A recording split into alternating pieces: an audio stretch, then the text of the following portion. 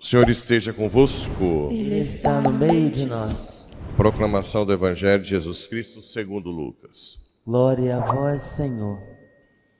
Naquele tempo, grandes multidões acompanhavam Jesus.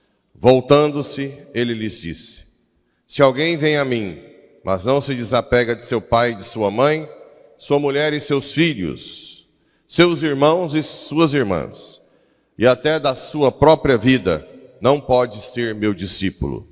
Quem não carrega a sua cruz e não caminha atrás de mim, não pode ser meu discípulo. Com efeito, qual de vós, querendo construir uma torre, não senta primeiro e calcula os gastos, para ver se tem o suficiente para terminar? Caso contrário, ele vai lançar o alicerce e não será capaz de acabar. E todos os que virem isso começarão a caçoar, dizendo: Este homem começou a construir e não foi capaz de acabar. Ou ainda, qual rei que ao sair para guerrear com outro, não se senta primeiro e examina bem, se com 10.000 homens poderá enfrentar o outro, que marcha contra ele com 20.000?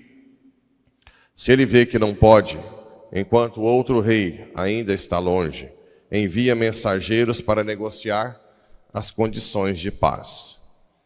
Do mesmo modo, portanto, qualquer um de vós, se não renunciar a tudo que tem, não pode ser meu discípulo. Palavra da salvação. Glória a vós, Senhor.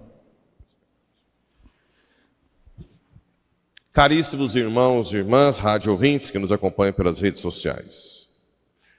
A primeira carta aos Romanos está dizendo hoje aqui, no capítulo 13, que os mandamentos, depois de amar a Deus sobre todas as coisas, do 4º ao 10º, por exemplo, se resume em amar, né?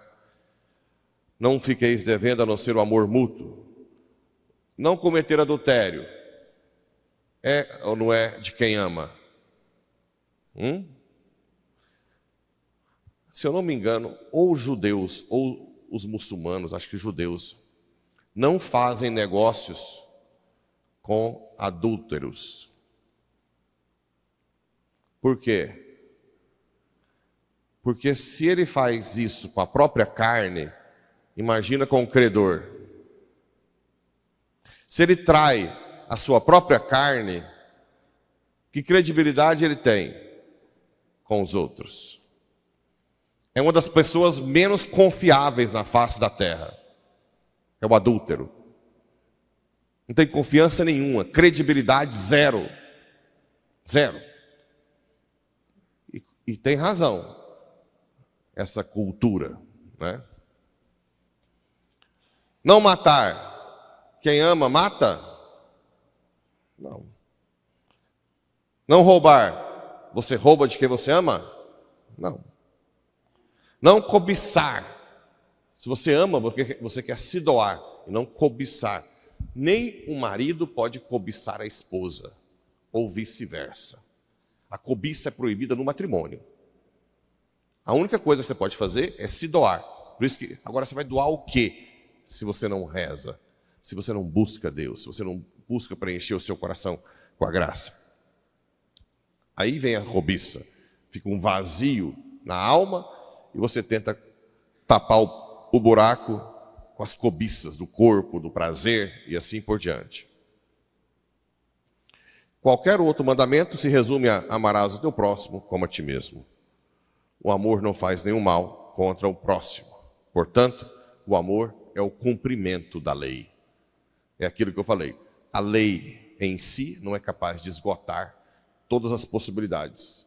O amor, sim. A pessoa que ama é a pessoa mais imprevisível. Ela age de acordo com cada situação, usando o amor, né? Sem fugir da lei.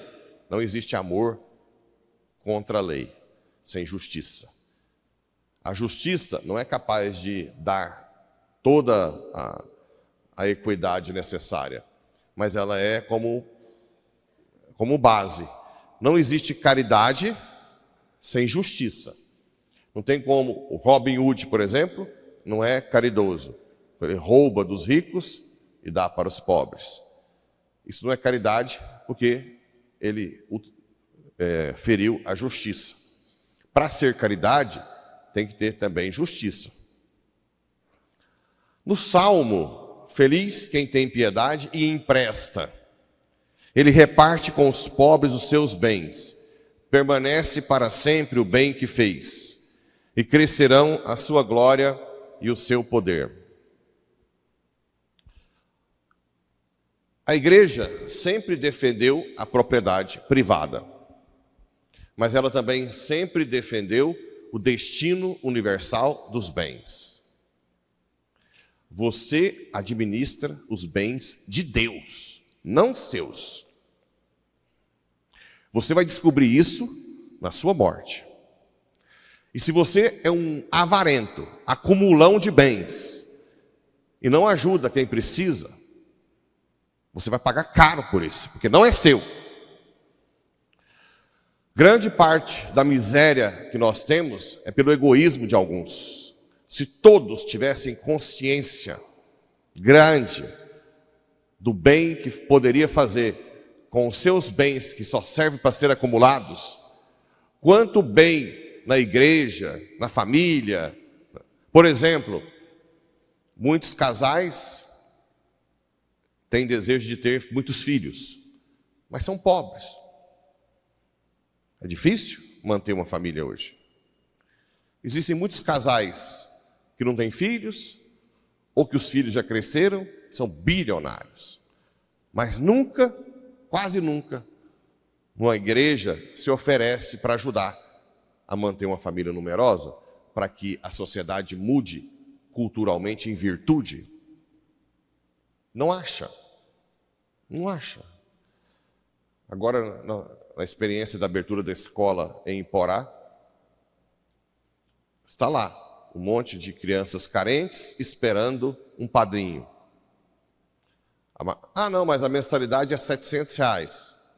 Tudo bem, não é uma mensalidade baixa, mas para muita gente, R$700 não é nada.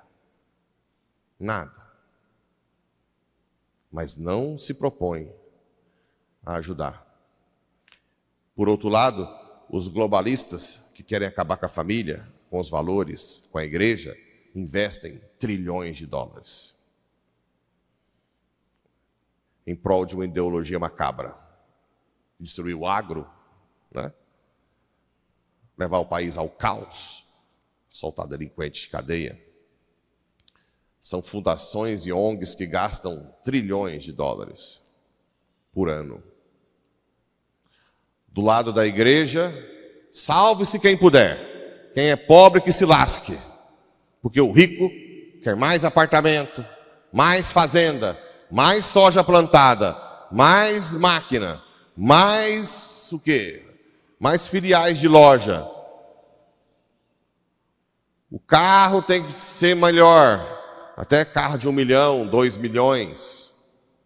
Mas ajudar uma família numerosa, ajudar uma criança a mudar a vida dela, não.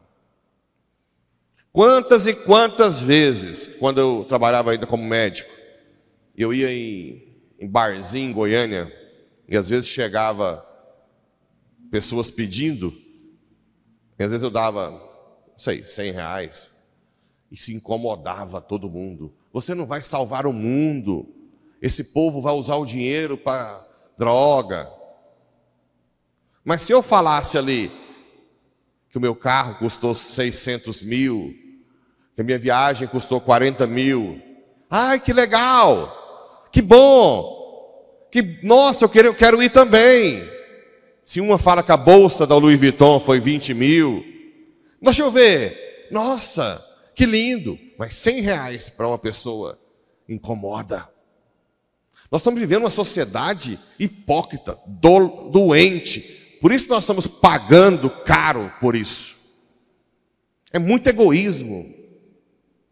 É muito egoísmo. É muito pensar em si mesmo. Calcular, né, para si mesmo. Feliz quem tem piedade e empresta. Ele reparte com os pobres seus bens. Permanece para sempre o bem que fez, com os bens de Deus. Ah, não, é meu. Quando você estiver na cama, pronto para morrer, você me diz se os seus bens são seus. Com relação ao Evangelho, esse desapego de pai, de mãe, de mulher, de tudo, de irmãos, né? Quem não renunciar a tudo que tem, não pode ser meu discípulo. Claro que nós temos aí algo efetivo, que são as religiosas, os religiosos, que fazem voto de castidade, pobreza e obediência. Mas como é que nós vamos, então, levar em consideração isso aqui, para quem é de pai de família, mãe de família? Simplesmente, gente, fazendo um mínimo, que é renunciar parte do seu tempo para estar na igreja, para rezar, para fazer caridade, para participar de evangelização.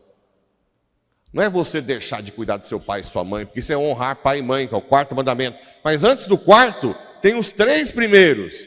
Amar a Deus sobre todas as coisas, não usar seu santo nome em vão, isso aí quer dizer ter intimidade com Deus, e guardar domingos e festas. Se eu tenho um pai ou uma mãe doente em casa, eu estou justificado, se só tenho eu para cuidar, de faltar à missa dominical? Sim. Mas agora eu te pergunto, você vai atrás de uma possibilidade de ir à missa?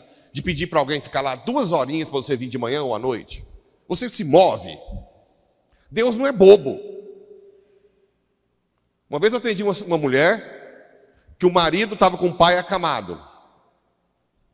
E ela disse, não, pode cuidar. Só que o marido não ia em casa.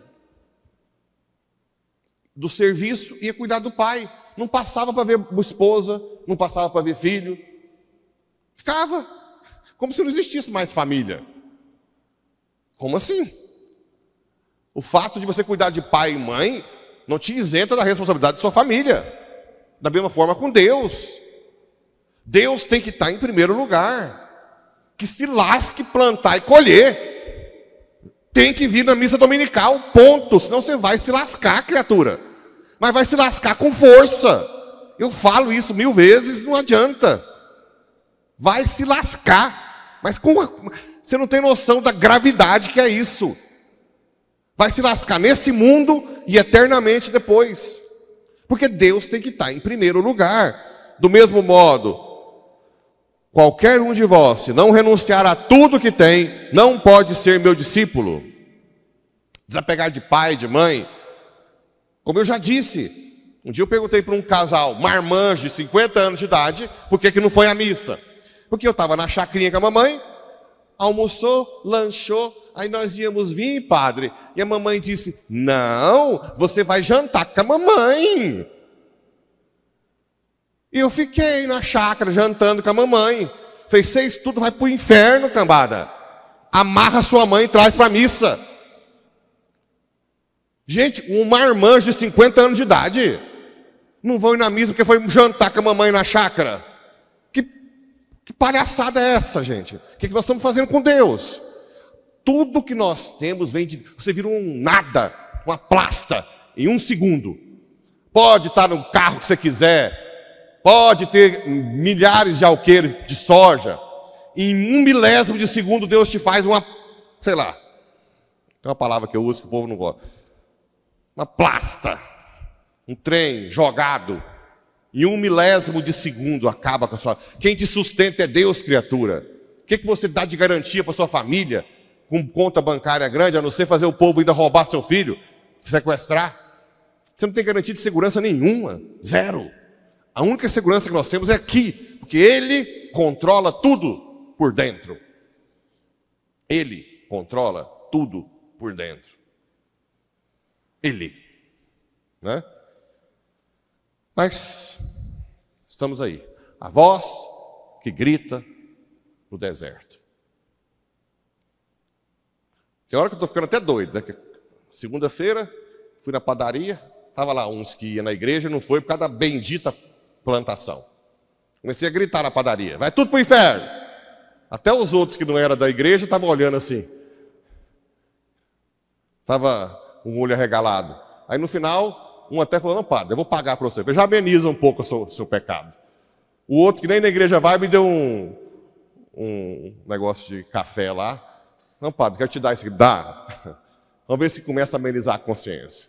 Daqui a pouco eu vou estar doido aí gritando nos comércios. Né? Como é que faz? Normal, não está jantando? Amarrar a melancia na cabeça, alguma coisa eu vou fazer. Que Nossa Senhora dê juízo.